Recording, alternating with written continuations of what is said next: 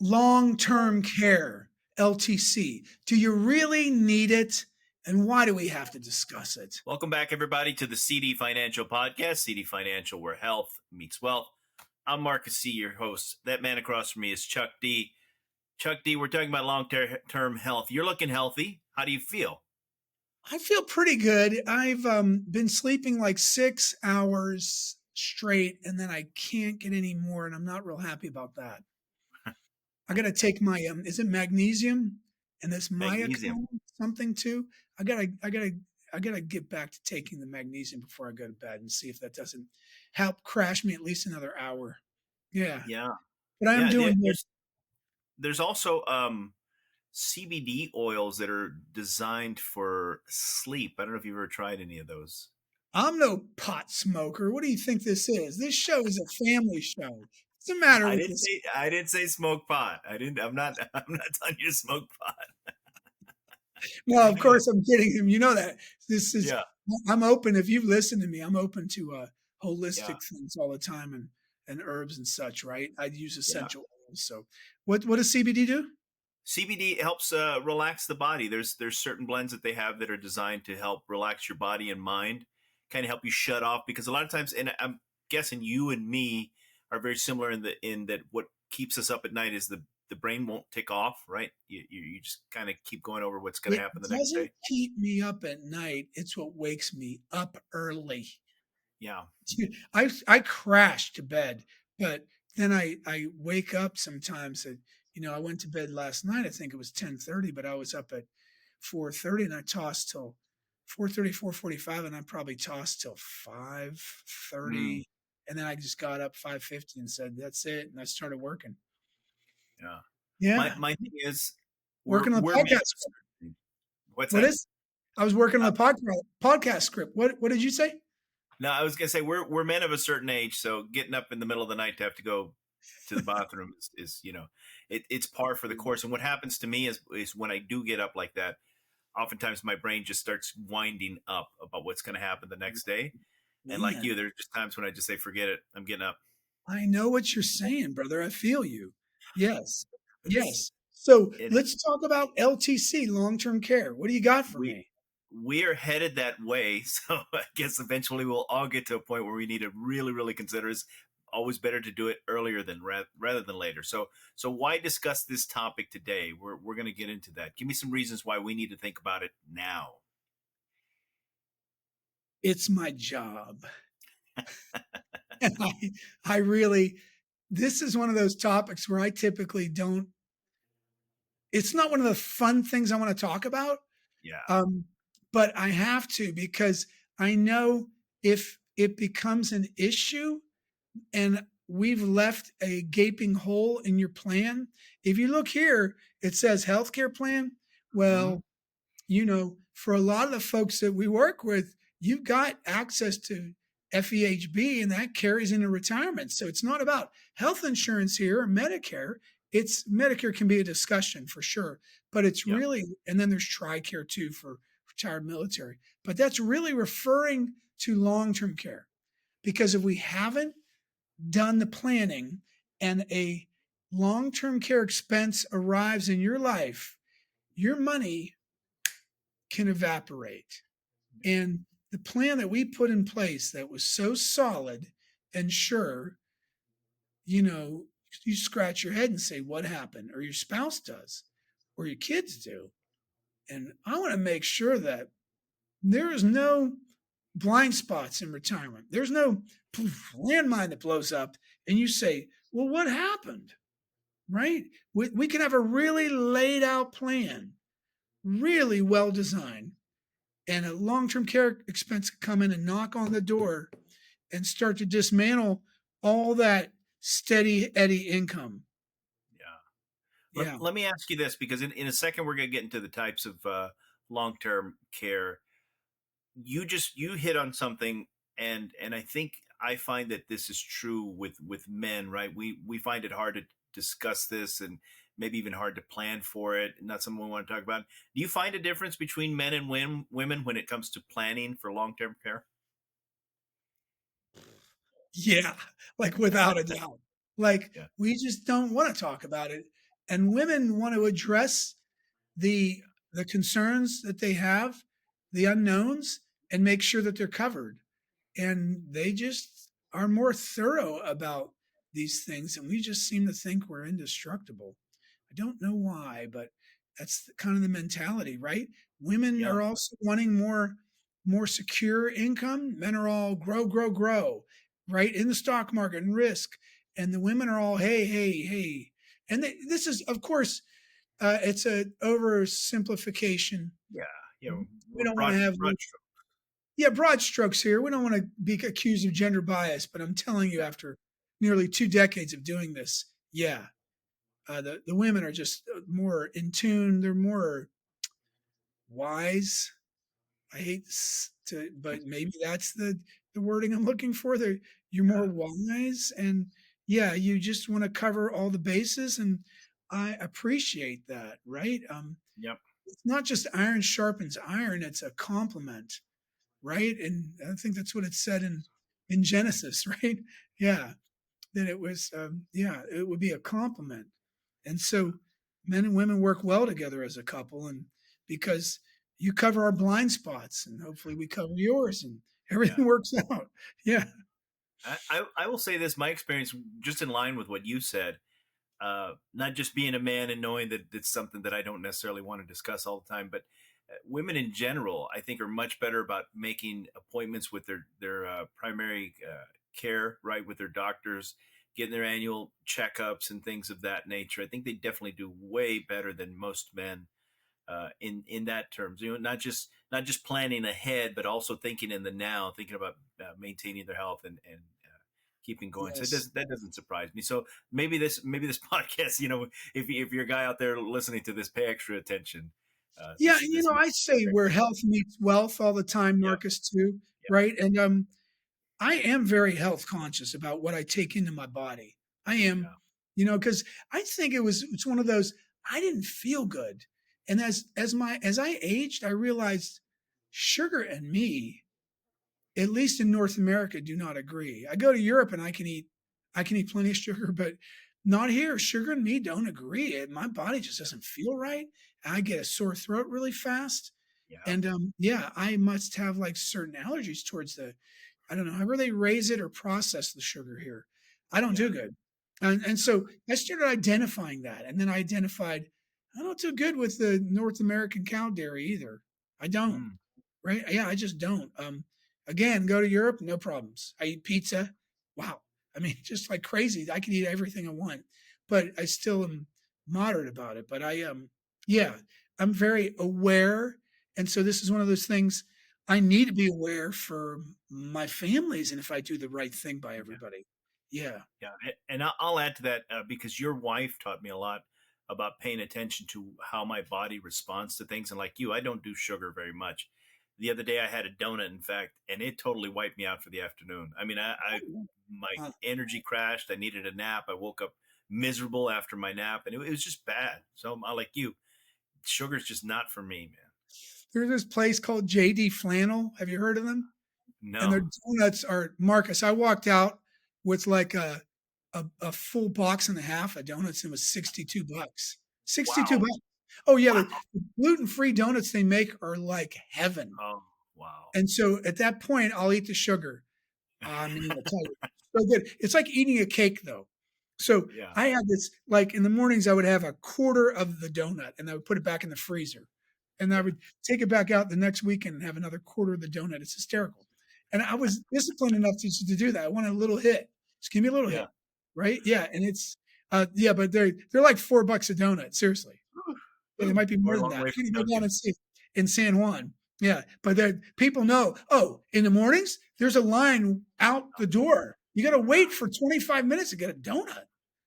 It's like, what? Yeah, it's crazy. Okay, Yeah. so let's talk about the 3 types. Were you gonna ask me that question? Yeah, that's where we're going next. I appreciate the little discussion there, but three types. What are we talking about? Three types of long term care. All right, and just so you know, we've already talked about sleep, and so we've covered the health tip for the end of the podcast, Marcus. Yeah. Oh, Oh, the other thing is dim your lights before you go to sleep. A couple hours before you go to bed, you don't want the lights on really bright either. You don't want Yeah, I've music gotten rid of going. overhead lighting at night. Yeah, I just naturally started doing that. I dim the lights in my bathroom that it's open plan. You could see it from the bedroom, and I put the Mhm. slider switch way down on the lighting. And Mhm. if Angie ever comes in and puts the lights on bright, I'm like, ho, ho, ho, whoa, we're going to sleep soon. Isaac, right? I'd keep it way down.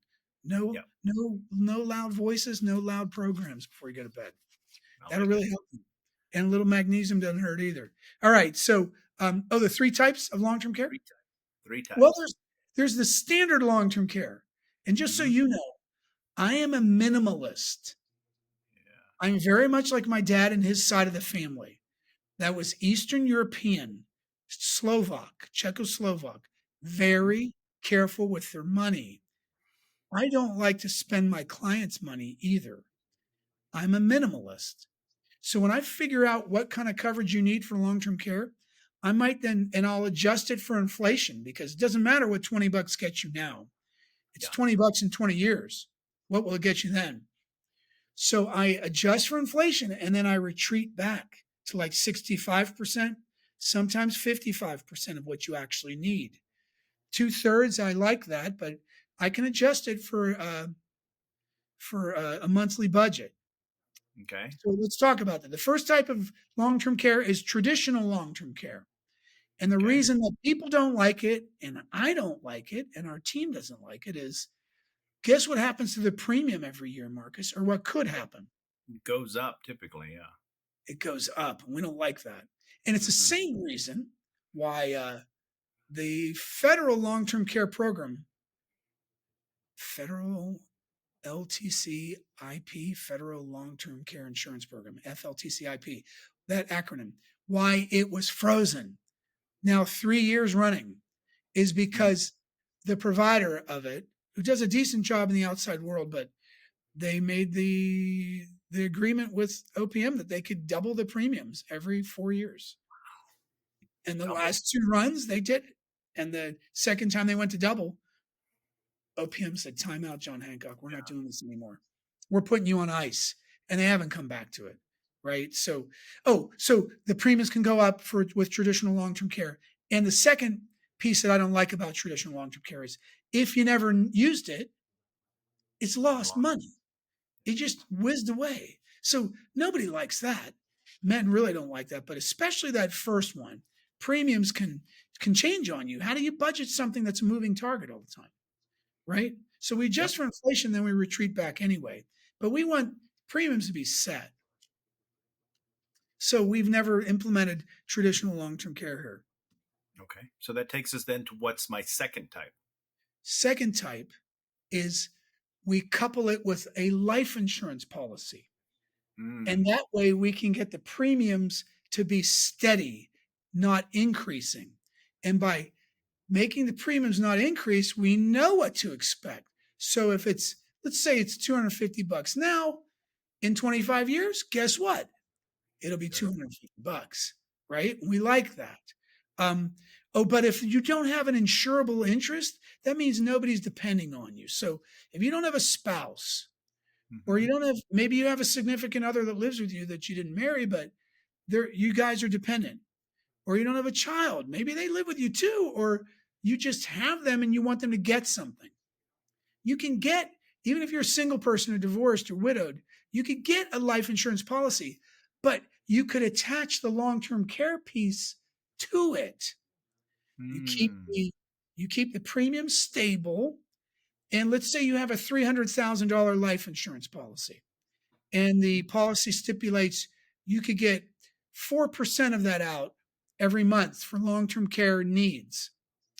If it did that, then what's 4%? That's 12,000. 12,000. Yeah. 1% is 3,000, right? So Yeah. you could take 12,000 out a month for long-term care, but it would only last for what's 4 times 25? Uh, 4 times 100. 25 is 100. Yeah. So that's 100%. So Yeah. you could only get it for, that would only last you for 25 months. Okay. Typically, you want it to be for like 3 to 3.5 years. And that's, again, that's minimalist. Yeah. Some people would argue longer, but I'm a minimalist. At least have something as a stopgap, right?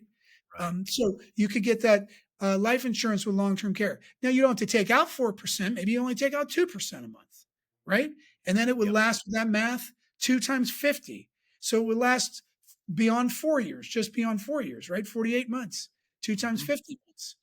But something, and then Marcus, if you don't use it all or you don't use it, at least somebody will get it. Your wife, your husband, your kids could get it tax free Nice. because life insurance is always tax free. So it works out ideally. That's Very the nice. second way to get long term care. Some don't actually call it long term care, they call it chronic illness, but it works in a very similar manner. It's Yeah. just not allowed to be called long term care. But there are policies that have it. They actually are, it's licensed as a long term care rider that's attached to Hmm. your life insurance Your policy. And policy. oftentimes it's very little more percentage wise to add the long-term care rider or even chronic illness, a true chronic illness, dollar for dollar. Yeah. Because some of them are not And dollar for dollar. Be careful when you're looking at those.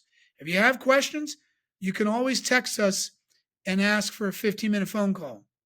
949-359-5100. At that point, you have to text your first and last name and your email. And we'll know when we get that 359-5100 text, we know what it is. yeah, Yeah. and And then and you can before we put it move, in there. yeah, I was gonna say before we move to the third type, because I know we've covered this on other podcasts. Uh, the beneficiaries taking time every so often to look at who it is, because those things can change. And you just brought up a good point. If you wanted to go to your wife, husband, partner, significant other, kids, life changes. Keep an eye on that and make sure that it goes to the person that you want. Oh, I'm glad you mentioned that because yesterday we were going over beneficiaries, a new family, single woman, and she Hmm. named her two sisters that were older than her. And I Wow. said, now you have already told me you're in better health than your sisters. Do you have somebody younger? And I had to prompt her. I said, somebody younger that you could name as a contingent. And then she gave me a contingent beneficiary, but I had Yeah. to prompt her, right? And sometimes when you're doing financial planning, you find out, right? Once you have that open conversation. Yeah. Okay. Yeah. All right. So third type. What are we looking at? Oh, so that's a very special type. We implement this far less than the second one, than the life and long term care, and that is asset based. It means you have a chunk of money and you don't really need it, let's say for retirement income or for anything else, but you've got it. Um, you can take a piece of the chunk and you can drop it into what's called asset based. So you take an asset and you put it into this solution and it multiplies oftentimes overnight. If approved, it will multiply it really fast for long-term Right. care, usually 2 to 2.5 times more right overnight. And then as time goes along, it could triple, even quadruple with a very small premium for say 10 years. Mm-hmm. Or you just use that one pay and sometimes done, All one you and need. done. Yeah. So folks that inherit money, folks that you have CDs. I'm trying to think what else. You just are a good saver. Maybe you have some VA disability and you don't really need that money for income and you start to save. Then that maybe a stock trading account that you're really not counting on or a portion of it, Mm-hmm. right? Got some high yield savings online and you're like, you know what? We just remodeled the house. We've already got a rental property, and no mortgages, what have you. And we've got this other money you've designed for us. Boom, you've got a solution. Asset based, not as common, but still pretty common. And Okay. there's several providers that do that. Yeah, the asset based. So, but always include inflation in those, right? The numbers should have been ran for you properly on the life and long term care. And then the Asset based, you want to make sure that there's some sort of an inflationary adjuster of some kind. Right. And Yeah, I just want to highlight something before we move on, because I have another question for you. This is the importance of getting someone on your side who's working for you, because you mentioned you work with one type more than the other two. That doesn't mean you're exclusive to one type. You're going to adapt to what's best for your client in that moment, right? no So doubt. We were just doing the asset based yeah, solution. Yeah, we will. We'll adapt for the client. We will. Yep. yeah, you need someone on your side who knows what questions to ask, and then you can plan appropriately. So that's good stuff there. Okay, so I'm in my 50s. You're in your 50s, Chuck. Is it too late? I mean, ideally, I'm sure this should start happening, this planning in the 20s or 30s, but I'm in my 50s. Am I too late? Nah. In fact, that's oddly enough, it's the women that I work with that our team helps that we address this very, very often, mid to late 50s. And the men too. We work that out, although they're later in addressing it. So they'll Mm-hmm. say, well, even in your 60s, you'll say, well, I think it's too late for me to plan for that. It is not. You'd be amazed at what we can do even as the years tick by. What is important is to address it sooner than later because Yeah, we run in this space in the late 50s, early 60s constantly. And that's where we come up with these solutions. Yeah. I want to be clear. We're discussing this because it's an essential yeah, piece. I'm not discussing it because I want to. I just I have to. I think yeah, I do want to discuss it, right? yeah, It's and it's long-term care awareness month too, right? yeah. But it's just a really good time to discuss it in your 50s, late 50s, even early 60s. It's not too late at all. That's good news. It reminds me of the old proverb: "The best time to plant a tree was 100 years ago. The second best time is today." Right. So if you didn't Really? discuss it in your 30s, do it now. You're just full of all kinds of unforeseen wisdom that pops out of you. Yeah. This guy, right? This guy right here, this guy. Yeah. I have an illustration about that, Marcus. Not Please. about the tree and 100 years ago or today, but the let's say your financial plan is like a dam, right? And it's like a seven Yeah. foot concrete dam. And Mm-hmm. it's fine. You go on 12, 15 years, no problem. And then you get one of those rains, like a Texas flood type rain, Marcus. You know what I'm Yes, talking I've seen about. that. Mm-hmm. Yeah. And it starts to crest over. And in PA, Pittsburgh, where I'm from, we've seen that too. And it starts to go over the top, and the creeks start to run up, and your dam forms a little bit of a crack. And then the next day, it starts to push out a little water. And then 3 days later, psh, and it's leaking now. Yeah. Oh, in this illustration, do you know what water represents, Marcus? I would imagine that's inflation or growing cost of living.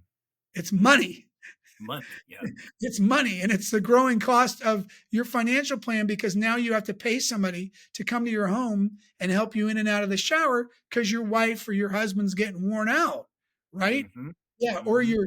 your child who's now you're 85 and they're 60 and they still got a career and they've got to now stop and come take care of you. It's right. It's all different now, right? Yeah. Dual income homes where you go back 30 years ago, right? The wives didn't work. That's all changed now, right? Yeah. Yeah. And so because of that, um, what we're doing is instead of that money gushing, we stack on just another couple feet of concrete to Nice. strengthen your financial plan. And now your dam can withstand even the worst kind of rainstorms, even those Texas floods and those Pittsburgh rains that just don't seem like they ever want to let up. It'll handle that because we've put some layer of protection in there, at Yeah. least a stopgap, right? Yeah. Because remember, I'm a minimalist. So we explore it and we get it done. And we do our best, we give it our best college try and we put it together into your financial plan. Guess what, folks? I've had my grandfather on my Lebanese side needed long term care for quite some time, for years. My father on my Slovak side needed long term care for a long time. Marcus knew him well, and he Hmm. needed long term care for years, 7 years to be exact. And then my grandmother on my Slovak side also needed long term care for a couple years. So I'm running 50% between my parents and my grandparents, right?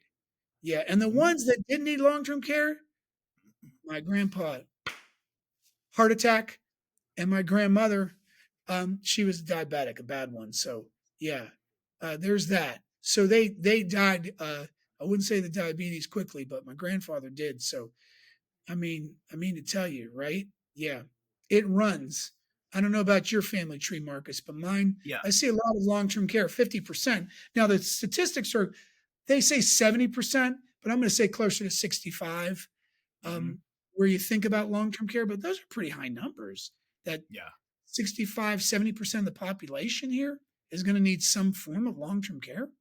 Yeah. It's a lot. So we ought to have that conversation and making sure that if you never use the money, it can go to somebody else. It Yep. could go to your estate or your spouse, right? Or it gives you the guilt-free feeling if you spend down every last nickel before you're gone that your spouse or your kids could get something, especially the kids. It's usually that generational thing. Well, we're not going to leave them anything. Well, if you don't spend down your long-term care, they can get it Yeah.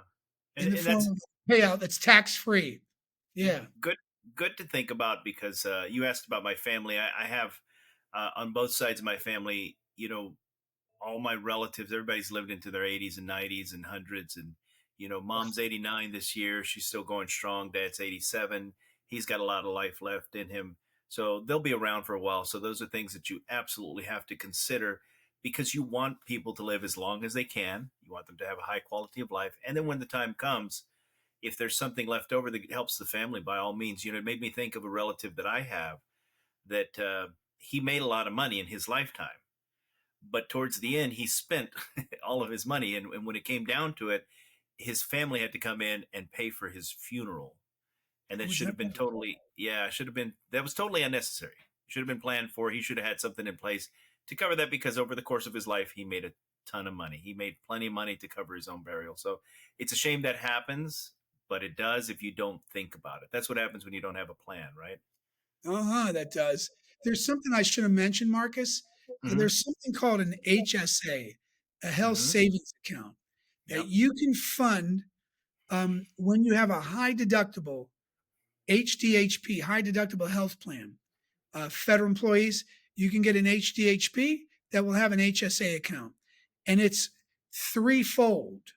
You get the tax deduction when you put money into the HSA. um, you get the tax deferred growth. So it grows like an IRA or a TSP. And then when you go to take the money out, you get tax free withdrawals. You can Mm. use it on medical expenses. Um, you can use it on deductibles. You can use it for co-pays, even for your spouse's copay. And you can use that HSA money for long-term care expenses. How about that? You might even be Nice. able to use it for long-term care premiums. So it is a real good idea if you want to, and you can handle a high deduction, high deductible health plan to fund an HSA too. They're very tax advantageous on all three ends. Yeah. Good Remember when stuff. you use a TSP traditional or IRA traditional or Mhm. 401k, 403b, you're you're getting the tax deduction, you're getting the tax deferred growth, but you're not getting tax free withdrawals. With an HSA, you get all three. It's very interesting. So I Very thought I nice. should mention that. Yeah. Yeah, that's good information to have. And like I say, I appreciate this topic. I know you were mentioning it off the bat, right? Not your favorite subject to discuss, and I think for a lot of us that would apply. But it's very important. You the old saying, "Failure to plan is planning for failure." Yeah. That holds true with long-term care. You need to think about it. You need to plan for it. You don't want to react and then have like what I mentioned with my relative, right? You don't want everybody else pitching in for your funeral because you didn't have a good plan in place. You want to make sure that all those things are taken care of. Right Very on. nice. Okay, I'll add one more thing since you mentioned the health tip was going to be about quality sleep. folks, get your quality sleep today. If you're not getting quality sleep, start doing what you need to do so, and hopefully that means any long-term health care comes in your 90s or hundreds because you're living a good life.